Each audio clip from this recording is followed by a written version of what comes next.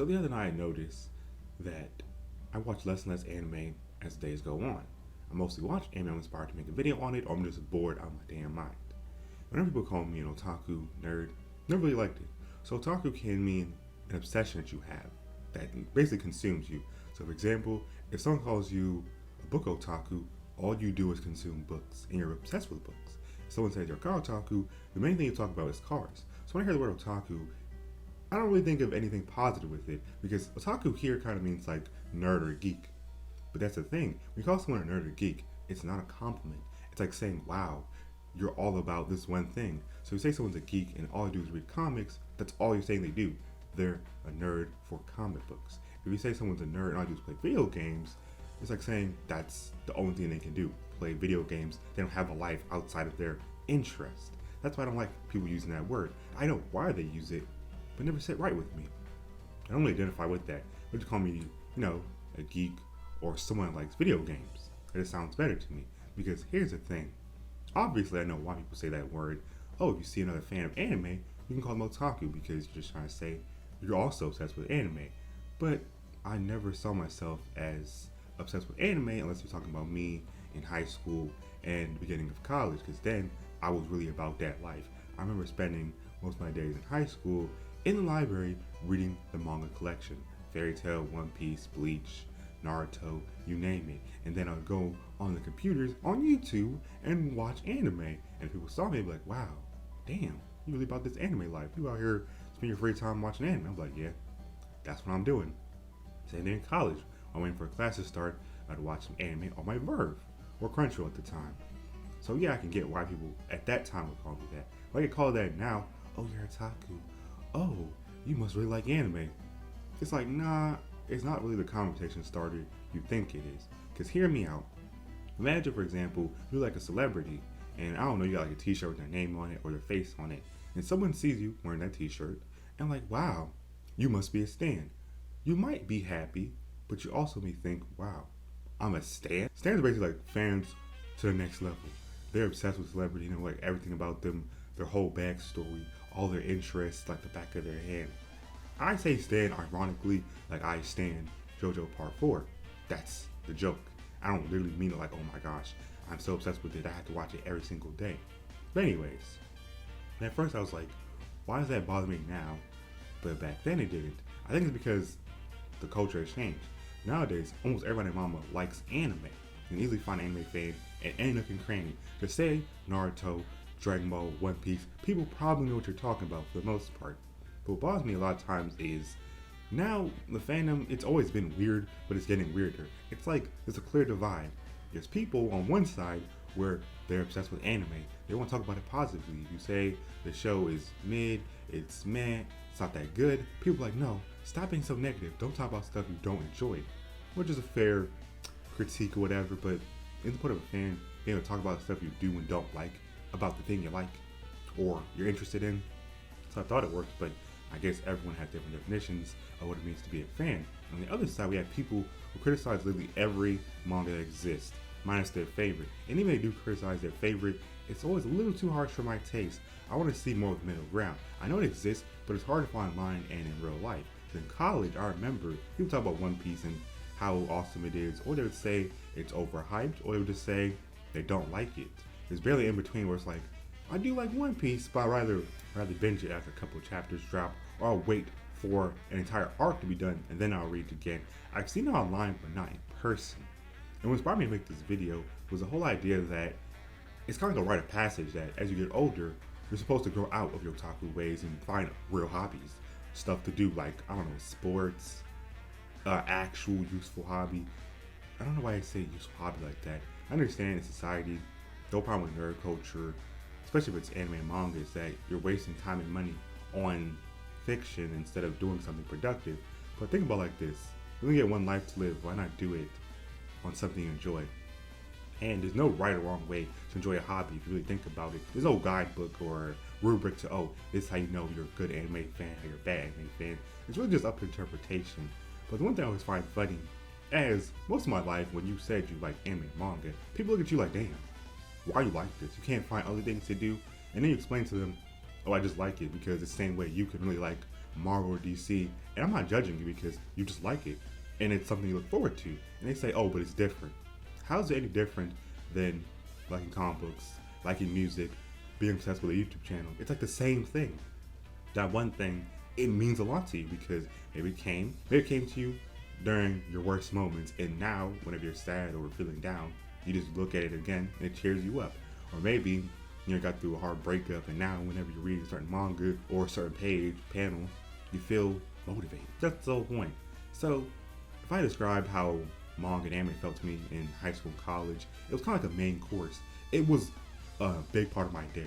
Every time I wake up, I'm reading some manga. On the way to school, trying to watch an anime or seeing people talking about discussions. But now it's more like a treat. I enjoy it, but not as much because I don't want to say it, but I'm gonna just say it. A lot of anime and manga to me now, they look very similar, or all these artists, mangaka, animators, they must be really close friends because a lot of these stories are starting to overlap to me with a point where I see certain characters from certain series. I don't know which is which anymore. I'm like, is this like an isekai? It's not an isekai? You would have fooled me. It's a slice of life. Nah. It looks the same. What's the real difference? Or a lot of times the protagonists have a similar art style, so I know it's a different series, but it looks like the same character to me, but in a different art style. That's what I'm talking about. So when I see new anime manga on AniList, Mal, I'm more skeptical because for some damn reason, these trailers look so good, but in the show it will start off weak, like slow, and then it ends on a good note. Or a lot of these shows will start off amazing, have a good first 2 episodes, then third episode it's like mediocre, and then it falls off. And personally, I value my time, so I'm not going to sit up here and wait for something to pop off. Either gotta be interesting from episode 1, or I'm not watching it. Or if it's really good, I save it for later, like, your favorite treat, you save it for later, for a rainy day. That's what I do. I need to finish Vinland Saga and start a more series on my AniList, but currently, Yakuza got my attention, and I need that, bro. I need to play that. It's giving me all I need right now. It's fulfilling me. Because the thing is, I don't really think about it. I've always liked video games way more than anime and manga. And if I had to do like a tier list, it'd always be video games, then manga, and then space, anime, and in the space would be like food. Those are things that really are priority to me. But listen, I'm not saying you can't enjoy anime and manga and it be a big chunk of your personality. But here's the thing. We've all seen that one Twitter user named like Rem Lover25 or Subaru, Natsuki, whatever the case may be. I'm not saying y'all can't have those accounts, y'all can't have that kind of fun, but think about it like this. 1 or 2 anime, it can be, your motivation, a piece of you, but it's not the entire being. It's not all of you. And I think what always scares me about certain otaku is whenever you start thinking you like the character and, your character is basically your twin, your cousin, your boyfriend, girlfriend, whatever the case may be, you become weird to me because I'm wondering, is your life that bad that you have to kind of escape into anime and so deep in the rabbit hole you don't want to leave? Now, if you're just doing it for funsies, don't worry about what I just said. But if you're the person where it's like you wake up and you got reference in anime in like every conversation, are you okay? Do you need a hug? What's going on at home? Let me know what's going on with you. Because I'm not saying you can't have an obsession, but the interesting thing about obsession is it's kind of like an addiction. You don't just start it and then quit it the next night. Once you're in so deep, you can't even tell what's up from down. Which is why I'm happy that I'm slowly, being more and more picky about the anime I watch. If you've ever been on Twitter, you can literally go up and find any anime you want and someone have a whole summary of everything that you're gonna need to know about it, whether it be clips, whole paragraphs, everything. And it saves me so much time because I'm be real with you, a lot of these series, they sound good on paper, but execution is weak. And I've said this a million times, not on this channel, but I think I said this straight Twitter other places. For me, I care about good stories and good writing. And when I say good stories, a story is interesting, that's why I call it good. And what makes good writing is everything adds upon each other. So the story tells you, oh, this character is crazy, and then it gives you situations to show you what made them crazy or why they like being crazy. That's good writing. But if the series tells you something but never explains how or showed you how, that's not good writing. That's why we call bad writing. Because why introduce something if you're not going to explain it? Don't introduce it then, or at least hint at why or the reason why. That's all like my stories. But anyways, so videos gonna still be popping out here and there because when I feel motivated, a video will drop for y'all. You already know how it goes around here. We do things when the passion is at an all-time high and we have fun with it. So So if you guys enjoying the content, well, all I'm saying is, I don't think it's wrong to call someone otaku, but I feel like y'all gotta at least ask the person, hey, how do you feel about labels like otaku or nerd or geek? What do you personally identify as? That'd be better than just saying, oh, you like anime? Otaku. Oh, you really like comic books? I guess you're a nerd. You see, it's like you're just deciding what that person should identify as or what you see them as. Which is not always bad, but a lot of times it just feels like, damn, can they at least have a choice in the matter or explain themselves a little bit? Because I don't think everyone who likes anime is an otaku, and not every otaku likes every damn anime to exist. That's why it's important to talk about nuances, subtleties, because it's just like what Alex said from Which Way We Place. Not everything is like what it seems. And y'all gotta remember that, because I'm telling you, I've seen several times, I've seen people who I never thought would like anime, love anime. I've seen a lot of people who would critique a certain type of show, but they like something like Love Live. Life is funny like that. And it's also really funny because when I was first into anime, I was very basic. I liked shonen. I still like shonen, but now, as long as the genre is interesting and the story is good, I'm down for anything. I never thought like Vinland Saga. I never thought like Vagabond, but I love it. Real? Oh my god, bro, that is the best thing I've read in my entire life. Berserk, I remember I always ran from Berserk. I'm like, nah, it's too edgy, but it hit differently. Really did. And all I'm trying to say is content creation is how I express myself, so that's why every video for me is like a fun project. If it's not good enough for me to enjoy or want y'all to see, video gets scrapped. But for the most part, I give y'all my best because y'all deserve the best. So that's all I got to say for today. If you identify as otaku, why do you like that label? If you call yourself a nerd, why do you use that label? If you prefer a geek, why do you like that over the other two labels? I'm curious to find out. And what made you become those labels?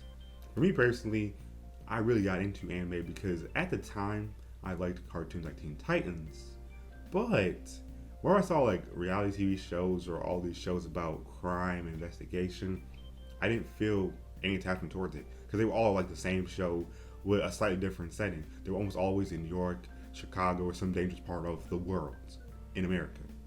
Secondly, every time I saw it, it's just like a white guy in his 30s. How am I gonna relate to that? Or to show about being in high school. If I'm already in high school, I'm gonna watch a show about high schoolers being in high school that's like the glorified version of high school. I can't relate to that. Or I'm gonna watch a show about some guy who likes a girl and he's taking like a whole season to ask her out successfully. What was the point? That's why I didn't really watch a lot of TV shows and dramas. I did find a couple I liked, but for the most part, they all had like the same feeling to me. They would start off very interesting with the premise, but then it's like they're changing to get a season 2. Or they'd be going on for 3 seasons, but ever since season 2 ended, it's all like a show its former self. That's why I'm really picky about shows, and I don't really like cable TV for the most part, because Netflix is better. It has the stuff I need, and at least it keeps my interest while I start a show. And Netflix adapts to the things I like. I'm a simple man. If something's boring to me, I don't care how popular it is, I'm not watching it. If something starts off interesting, but then I lose motivation to watch it, I'll just read the summary on Wikipedia. So yeah, that's all I have to say for today. Thanks so much for watching. You know what to do. Like, comment, subscribe, comment your thoughts down below. If you have some spare money you want to send my way, got coffee, Patreon, yeah. Also, if you want to see more of me just do my thing, I'm on Twitch, link in the description below. I can say so much more, but my crew needs me.